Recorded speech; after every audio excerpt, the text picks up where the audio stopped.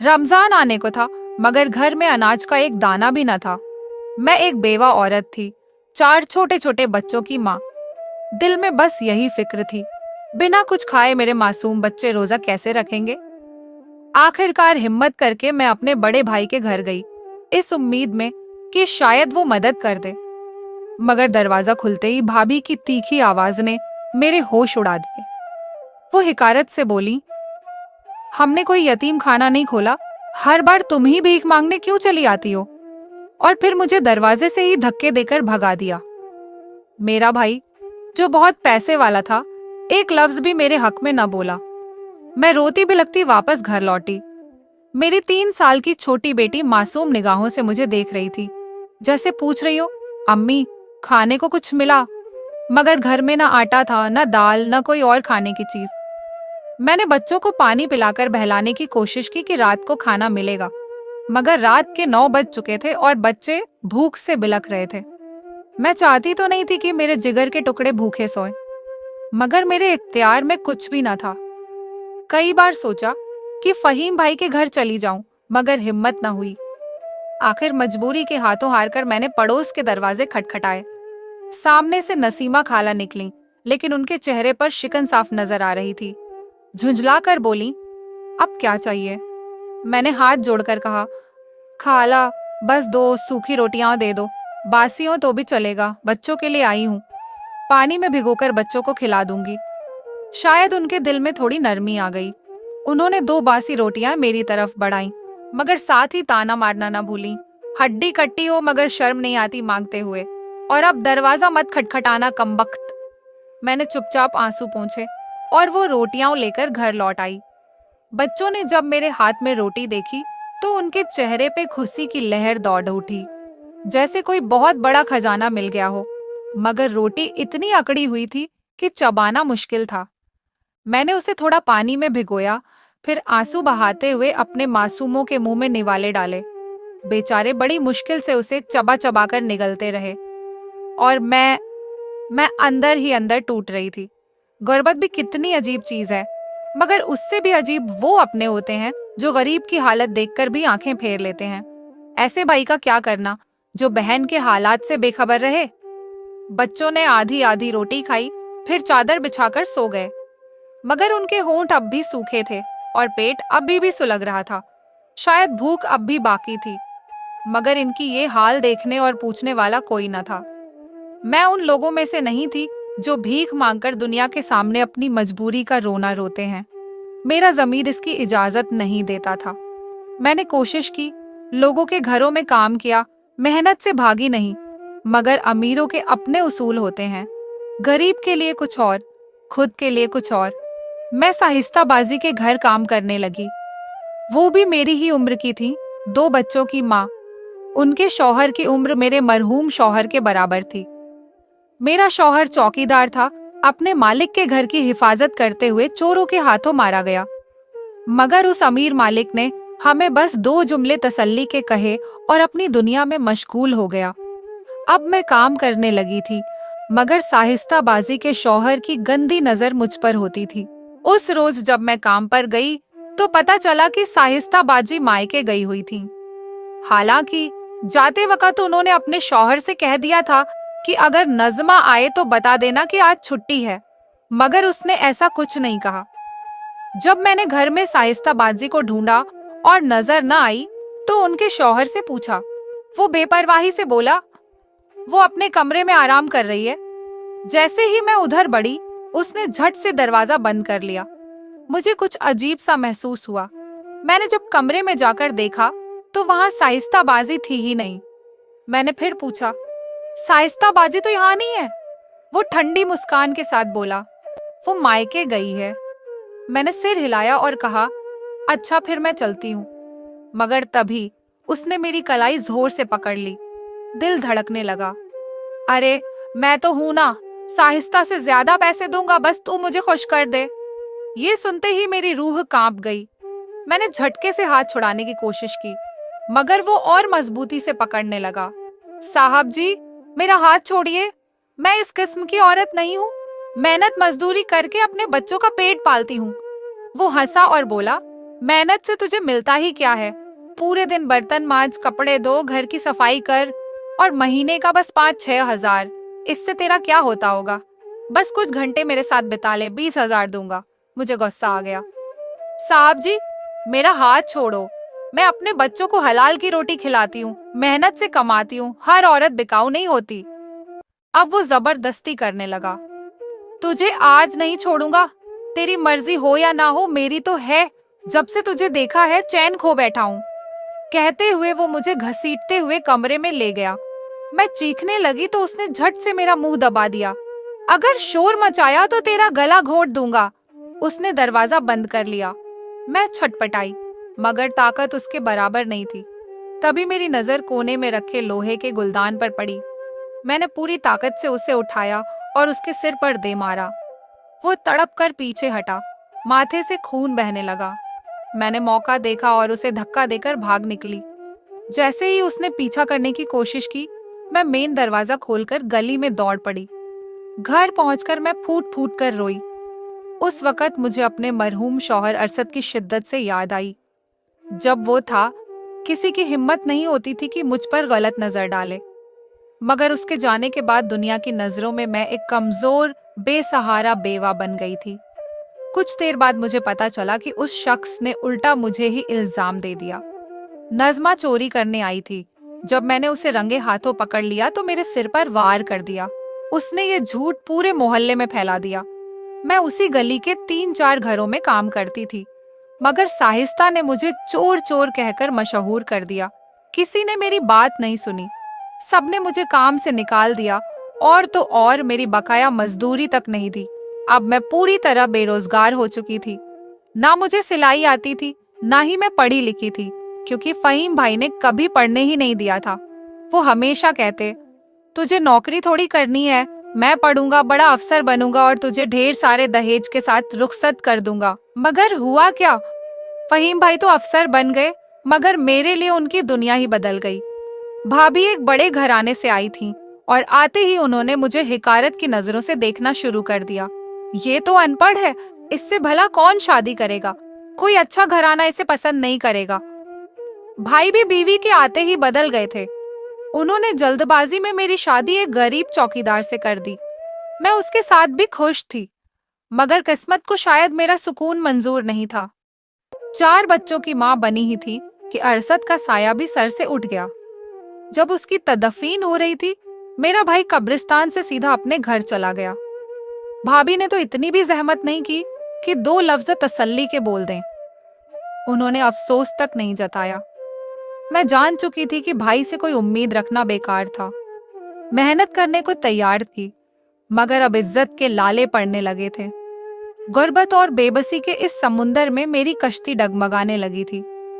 रमजान मुबारक का महीना सर पर था और मेरे घर में फाके चल रहे थे। मेरे बच्चे भूख से तड़प रहे थे। मैं बैठे बैठे यही सोच रही थी, काश कोई ज़कात ही दे दे, कोई अपने बच्चों का सदका ही निकालकर मुझे दे दे। कम से कम मेरे बच्चों का पेट तो भर जाएगा। मगर हम जैसे सफेद पोश खुददार लोगों का कोई पुरसाने हाल नहीं होता। हम अपनी गैरत के हाथों मर जाते हैं, लेकिन किसी के सामने हाथ नहीं फैलाते। बड़ी मुश्किल से अपने बच्चों की भूख से बेबस होकर पहली बार मैंने मोहल्ले में किसी से 2 सूखी बासी रोटियां मांगी थीं, वरना जैसे तैसे भी मैं खुद कोई न कोई हल निकाल ही लेती थी। कभी किसी के बर्तन मांज देती, तो कभी छोटे मोटे काम ही किसी घर जाकर कर देती। मैंने अपनी पड़ोसन रुखसार से कहा, अगर किसी को रमजान से पहले घर की सफाई करवानी हो या मकड़ी के जाले उतरवाने हो तो मुझे बता देना, मैं कर दूंगी। वो तंज से हंस पड़ी। तुझे कौन काम देगा? तू तो चोर है। साहिस्ता बाजी के घर चोरी करते पकड़ी गई थी। दिल छलनी हो गया। मैं क्या बताती कि चोरी मैंने नहीं, बल्कि साहिस्ता के शौहर ने मेरी इज्जत को चुराने की कोशिश की थी। मगर मैं ये कह भी देती तो कोई यकीन नहीं करता। हमारे समाज में इल्जाम हमेशा औरत पर ही लगता है, चाहे वो गलत हो या फिर बिल्कुल बेगुनाह। मैंने गम को निगलते हुए कहा, मैंने चोरी नहीं की थी, बस उन्हें गलतफहमी हुई है। शायद उसे भी मुझ पर थोड़ा रहम आ गया था। बोली, मेरी मुलाजिमा छुट्टी पर है, चंद दिनों के लिए तुझे रख लेती हूँ। मैंने शुक्र अदा किया और उसके घर काम पर जाने लगी। 5 दिनों तक मैं वहां झाड़ू पोंछा, बर्तन, कपड़े, दीवारें तक चमकाती रही। दिल में उम्मीद थी कि मेहनत का सिला मिलेगा, मगर जब हिसाब करने का वक्त आया तो उसने सिर्फ 500 रुपये मेरी हथेली पर रख दिए। मैंने कांपते लबों से पूछा, बस 500 बाजी? वो बोली, तो क्या अपनी जान भी निकाल कर दे दूं? मेरी आंखों में आंसू आ गए। मैं पहले ही 1000 रुपये का आटा और राशन उधार ले चुकी थी, इसी उम्मीद पर कि मेहनत आना मिलेगा और मैं उधार चुका दूंगी। मगर 5 दिन की कड़ी मेहनत का सिला सिर्फ 500 रुपये? मैं गिड़गिड़ाई, बाजी, रमजान मुबारक का महीना आ रहा है, अल्लाह के वास्ते मेरे घर कुछ राशन ही रखवा दो।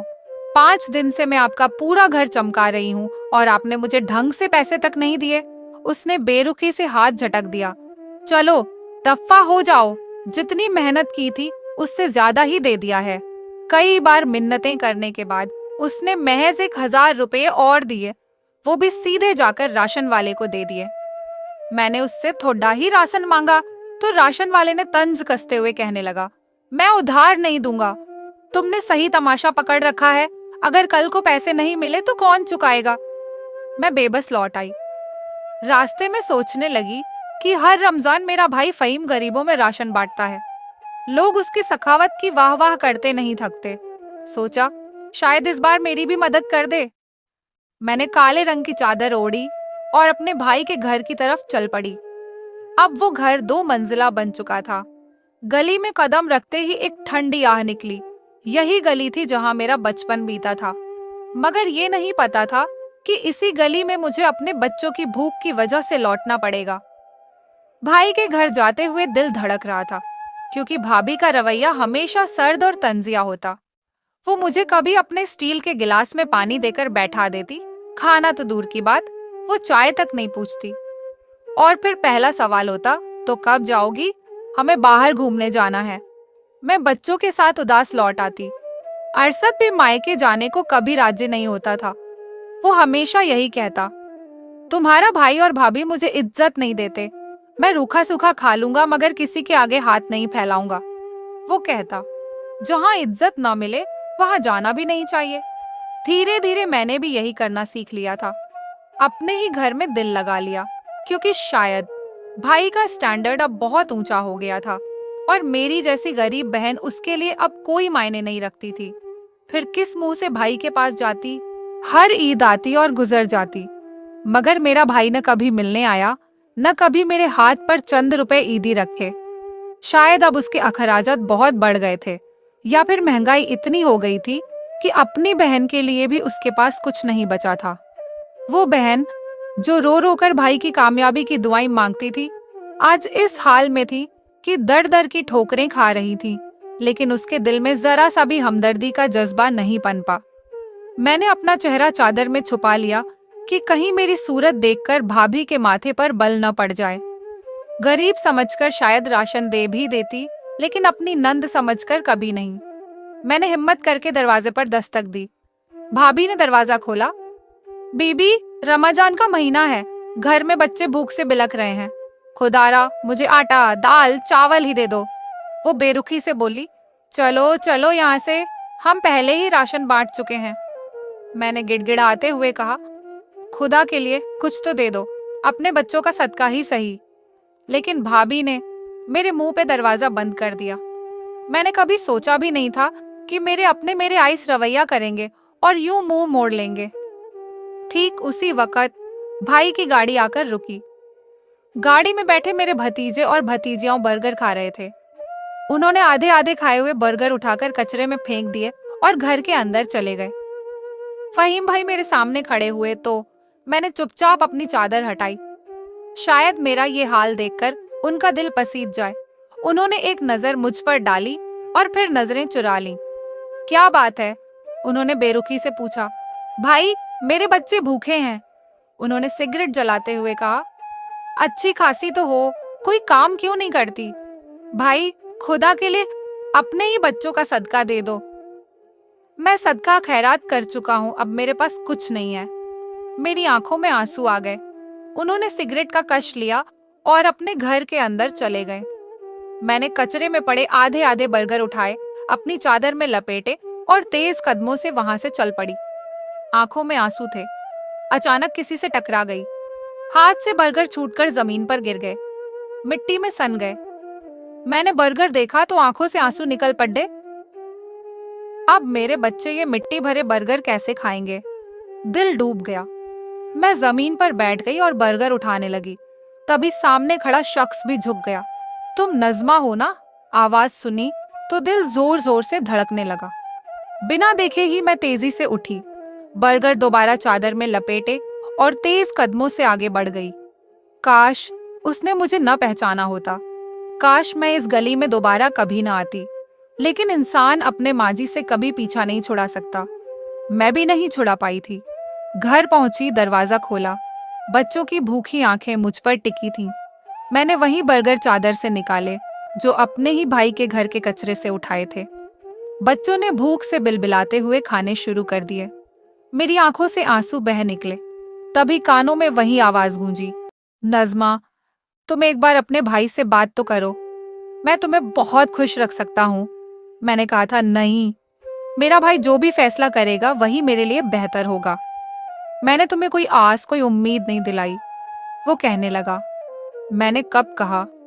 लेकिन मैं तुम्हारी खातिर कुछ भी करने को तैयार हूँ। अगर तुम्हारे भाई को पैसा चाहिए तो मैं खूब पैसा कमाऊंगा। बस तुम मुझसे वादा करो कि तुम मेरा इंतजार करोगी। लेकिन मैंने उस वक्त इनकार कर दिया था। मुझे अपने भाई पर अब भी यकीन था, क्योंकि भाई ही तो होता है जो बहन के लिए हमेशा एक ढाल बनता है। पर शायद मेरी किस्मत में ये हिफाजत नहीं लिखी थी। फैजान ने जाते हुए कहा, मैं 5 साल बाद लौटूंगा। अगर हो सके तो मेरा इंतजार करना। ये कहकर वो चला गया। फैजान हमारे पड़ोस में रहता था। जब भी उसकी वालिदा कुछ अच्छा पकाती, वो हमेशा हमारे लिए लेकर आता। उस वक्त घर में मैं अकेली होती। दरवाजे पर खड़े खड़े प्लेट पकड़ाता, चेहरे पर हल्की मुस्कान होती। जब मैं खाली बर्तन लौट आती तो हमेशा कहता, आप बहुत अच्छी हैं, मुझे बहुत अच्छी लगती है। मैं घबरा जाती और झट से दरवाजा बंद कर देती। हर बार वो यही अल्फाज दोहराता, मगर इससे ज्यादा कुछ नहीं कहता था। एक दिन फहीम भाई ने उसे देख लिया। ये कौन है? उन्होंने सख्त लहजे में पूछा। मैंने कहा, पड़ोस से आया है। भाई गुस्से से बोले, आइंदा ये घर आए तो दरवाजा मत खोलना। मैं सहम गई। कुछ ही दिनों बाद फहीम भाई ने बताया कि उन्हें एक लड़की पसंद है और वो उससे शादी करना चाहते हैं। उन्होंने अपनी पसंद की लड़की से शादी कर ली। मुझे लगा भाभी आएंगी तो मेरी जिंदगी में भी सुकून आ जाएगा, मगर सुकून शायद मेरी किस्मत में ही नहीं था। भाभी ने घर के सारे काम मुझसे करवाने शुरू कर दिए। भाई अब वही करते जो भाभी कहती। एक दिन फैजान खाना लेकर आया और मैंने दरवाजा खोला। भाभी ने देख लिया। उन्होंने गुस्से में मुझे डांटा, थप्पड़ मारा। आंखों में आंसू लिए जब दरवाजे पर पहुंची तो फैजान खड़ा था। क्या हुआ? किसी ने कुछ कहा? मैंने झूठ कहा, नहीं, कुछ नहीं। जैसे ही मैंने उसके हाथ से प्लेट पकड़ी, भाभी पीछे ही खड़ी थी। तो यहाँ ये सब हो रहा है? अपने भाई की नाक के नीचे तुम इस लड़के से मोहब्बत के किस्से रच रही हो? मैं घबरा गई। मैंने कहा, ऐसा कुछ नहीं है भाभी। फैजान सफाई देने लगा, आप गलत समझ रही हैं। मगर भाभी ने बात को तूल दे दिया। अब फहीम को आने दो, मैं तुम्हारी असलियत उसके सामने लाकर रहूंगी। वो घर से बाहर निकली और सीधा फैजान की वालिदा के पास जा पहुंची। तुम्हारा बेटा मेरी ननद को मोहब्बत के जाल में फंसा रहा है और न जाने इसके साथ क्या क्या कार चुका है। बेचारी शरीफ औरत थी, बेटे पर हाथ उठा दिया। फैजान कहता रह गया, मैंने कुछ नहीं किया, ये झूठ बोल रही हैं। मगर उसकी माँ ने कहा, आइंदा हमारे घर मत आना। फैजान ने हमारे घर आना छोड़ दिया। बस एक बार आया था। मैं छत पर कपड़े डाल रही थी, उसने नीचे से आवाज दी, बस मेरा इंतजार करना, 5 साल लगेंगे, मगर मैं तुम्हें इस तकलीफ से निकाल लूंगा। यह कहकर वो चला गया। मगर मैंने उसका इंतजार नहीं किया। मुझे डर था कि कहीं भाई की नजरों में बुरी न बन जाऊं। भाई ने मेरा रिश्ता अरशद से तय कर दिया। अरशद एक चौकीदार, बंगले के बाहर पहरा देता था। भाभी के कहने पर भाई ने मुझसे बगैर पूछे रिश्ता तय कर दिया। मुझे इनकार का हक था भी नहीं, वरना भाभी मुझ पर ना जाने कौन कौन से इल्जाम लगा देती। मैंने अरसद के साथ भी जिंदगी निभा ली, मगर उसका मेरा साथ बहुत कम रहा। आज कई साल बाद फैजान से सामना हो गया। वो मुझे देखकर बहुत खुश था। शायद उसे यकीन था कि मैं अब भी उसका इंतजार कर रही हूँ, मगर मैं इस हाल में थी। 4 बच्चे थे मेरे। मैं एक बेबसी की जिंदगी गुजार रही थी। फैजान ने कभी कहा था, मैं तुम्हें बहुत खुश रखूंगा, दुबई जाकर बहुत पैसा कमाऊंगा। शायद अब तक वो सब कुछ भूल चुका होगा। वक्त बहुत आगे बढ़ चुका था। मैं अपने भाई के घर से खाली हाथ लौट आई थी। उसने तो पलटकर भी नहीं देखा कि जिस बहन ने सब कुर्बान कर दिया उसे क्या मिला। उसने मेरा हिस्सा तक नहीं दिया। कहता था, ये सब मेरा है, माँ बाप का छोड़ा हुआ घर भी मेरा ही है। बहन उसकी नहीं थी, मगर मैंने आज तक उसे कोई बद्दुआ नहीं दी। मैं अपनी ही सोचों में गुम थी कि दरवाजे पर दस्तक हुई। दरवाजा खोला तो सामने फैजान खड़ा था। उसे देखते ही मेरी आंखों में नमी आ गई। उसने कहा, अंदर आने की इजाजत नहीं दोगी? मैंने जवाब दिया, नहीं, मेरा शौहर इस दुनिया में नहीं रहा और मैं गैर मर्दों को अपने घर में दाखिल नहीं करती। मोहल्ले वाले मेरा जीना हराम कर देंगे। बस यह छत है जहां मैं सर छुपाए बैठी हूँ। आप जा सकते हैं। फैजान मेरी आंखों में एक नजर डालकर चुपचाप लौट गया। अगले ही दिन फिर दरवाजे पर दस्तक हुई। दरवाजा खोला तो फैजान के हाथ में कई थैले थे। उसने बिना कुछ कहे उन्हें दरवाजे के पास रख दिया। इसमें खाने पीने और जरूरी सामान है, रख लो। मैंने सख्ती से कहा, नहीं, मुझे किसी चीज की जरूरत नहीं। अल्लाह का दिया सब कुछ है। मैं तुम्हारा एहसान नहीं लेना चाहती। वो हल्के लहजे में बोला, मैं सब जानता हूँ। अगर तुम यह रख लोगी तो मुझे खुशी होगी। और बेफिक्र रहो, ये मेरे बच्चों या घर वालों की सदका खैरात नहीं, मेरा अपना है। यह कहकर वो चला गया। मेरे बच्चे बाहर आए और सामान देखकर खुश हो गए। मैंने थैले उठाए, अंदर ले आई। आटा, दाल, चावल, चीनी, हर जरूरत की चीज थी। मैंने आटा गूंधा, रोटियां बनाई।